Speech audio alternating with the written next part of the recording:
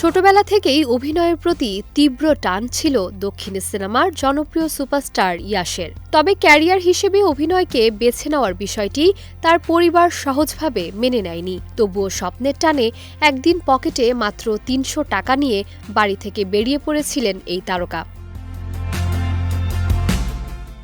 শুরুটা মোটেও সহজ ছিল না ইয়াশের।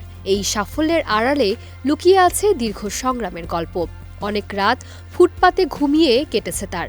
সম্প্রতি এক সাক্ষাৎকারে অভিনেতা জানান, পুলিশের তাড়ায় মাঝরাতে ঘুম ভেঙে যাওয়ায় ভয় নিয়ে একসময় ফুটপাতে রাত কাটাতে হতো তাকে। ঠিক এমনই এক কঠিন রাতে ইয়াশ প্রতিজ্ঞা করেছিলেন, এই পরিস্থিতিতে আর কখনো ফিরবেন না তিনি। এরপর থিয়েটারে কাজ, ছোট চরিত্র ও টেলিভিশন ধারাবাহিক দিয়ে শুরু হয় তার দীর্ঘ পথচলা। ধাপে ধাপে এগিয়ে কন্নড় সিনেমায় হাত ধরে বড় পর্দায় অভিষেক ঘটে এবং পান তুমুল জনপ্রিয়তা।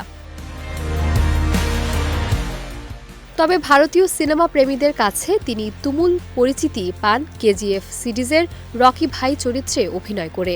সিনেমাটি শুধু বক্স অফিসের সব রেকর্ডই ভাঙেনি, কন্নড় চলচ্চিত্রকেও আন্তর্জাতিক অঙ্গনে আলোচনার কেন্দ্রে নিয়ে গেছে। সময়ের ব্যবধানে এই তারকার জীবনযাপনে এসেছে বড় পরিবর্তন। বর্তমানে বেঙ্গালুরুর বিলাসবহুল ডুপ্লেক্স আবাসনে থাকার পাশাপাশি মার্সিডিজ বেঞ্জ, অডি ও বিএমডব্লিউর মতো নামী ব্র্যান্ডের গাড়ি রয়েছে তার সংগ্রহে। কেজিএফের আন্তর্জাতিক সাফল্যের পর ইয়াশের আসন্ন সিনেমা টক্সিক ও রামায়ণ নিয়েও এখন বিশ্বজুড়ে আলোচনা চলছে। বর্তমানে প্রায় ৫৩ কোটি টাকার সম্পত্তির মালিক এই কন্নড় সুপারস্টার। প্রতি মাসে তার আয় প্রায় ৬০ লাখ এবং বছরে তা বেড়ে দাঁড়ায় প্রায় ৮ কোটি টাকায়।